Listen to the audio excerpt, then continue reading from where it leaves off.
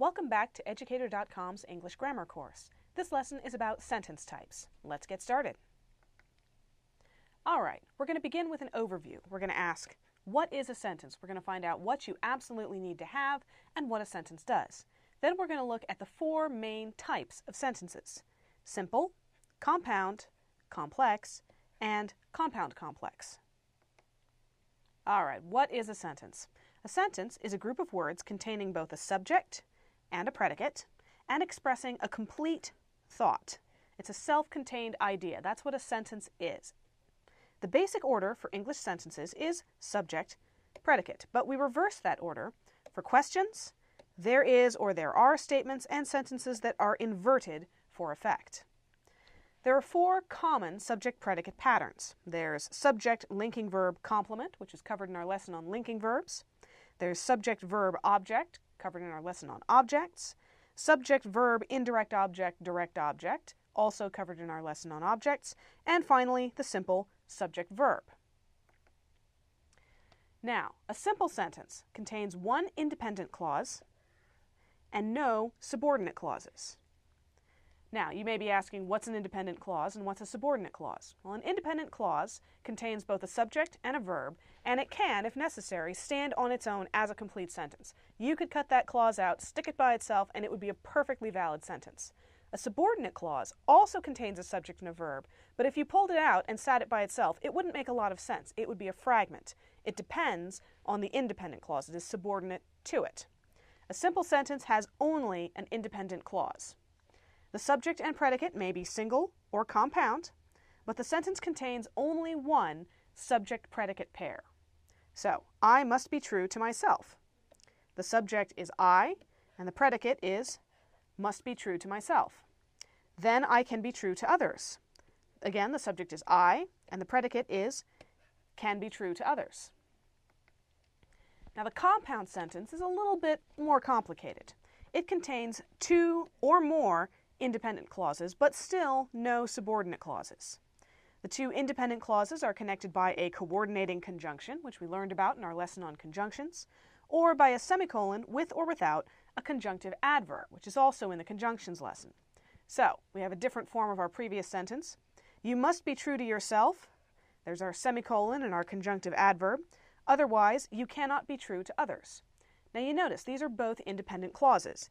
You must be true to yourself is a perfectly valid independent sentence, and you cannot be true to others is also a grammatical independent sentence. So when you put them together with a conjunction, you get a compound. Now we come to the complex sentence. A complex sentence contains one independent clause and one or more subordinate clauses. So the subordinate clauses have finally come in. Before you can be true to those you love, you must be true to yourself. Well, you must be true to yourself is an independent clause. As we saw on a previous slide, it stands alone as its own sentence.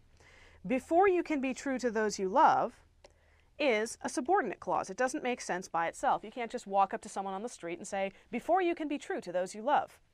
Those you love is another subordinate clause. It has a subject, those and you, and a verb, love, but it doesn't make a whole lot of sense. You can't walk up to someone on the street and say, those you love, and have them expect to understand you.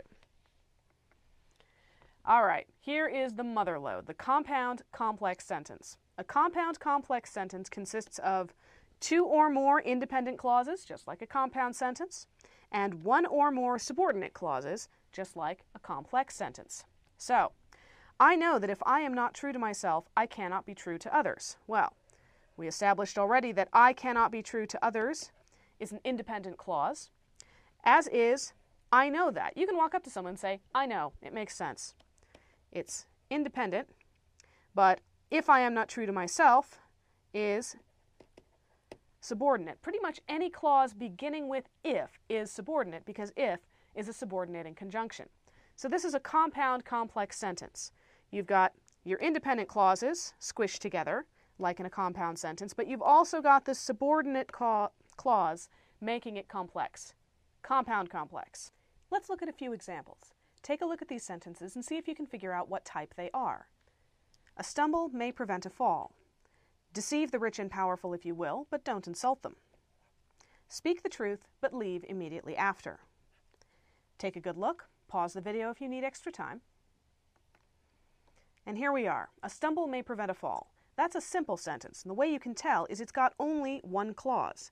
One subject, one predicate. It's a single independent clause, so it must be a simple sentence.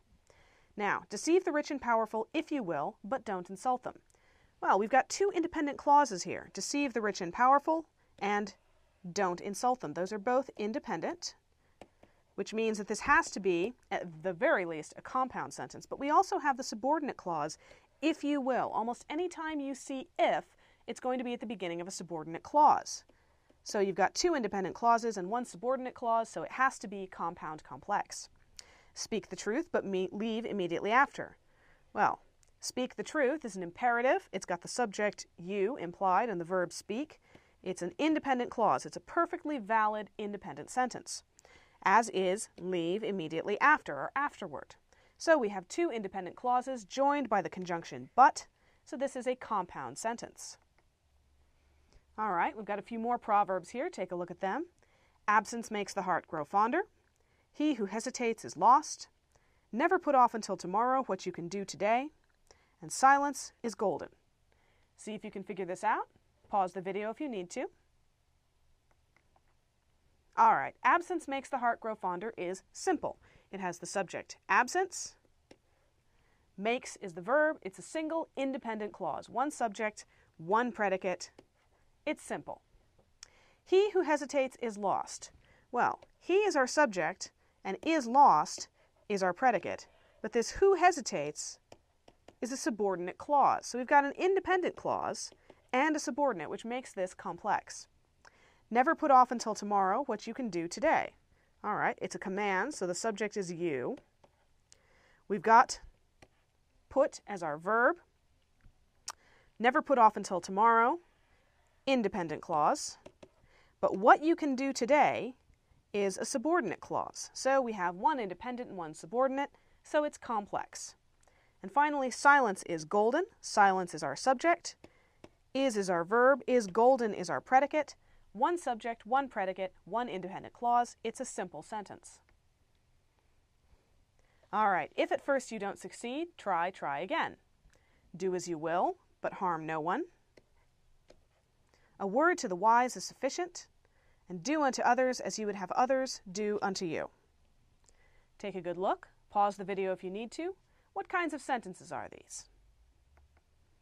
And here we see, if at first you don't succeed, try again. Well, we have a command here. Try is our verb. You is our implied subject. And this is an independent clause. But if at first you don't succeed, there's that subordinating conjunction if, so we know that this is a subordinate clause, which means, since this is a sentence with one subordinate and one independent, it has to be complex. Do as you will, but harm no one. Do as you will and harm no one are both independent clauses. You could walk up to someone on the street and say, do as you will. You could walk up to someone on the street and say, harm no one. And they're joined by the coordinating conjunction but, which means this is a compound sentence. A word to the wise is sufficient. A word to the wise is our subject. Is our verb. Single subject, single predicate is sufficient. It's a simple sentence, an independent clause.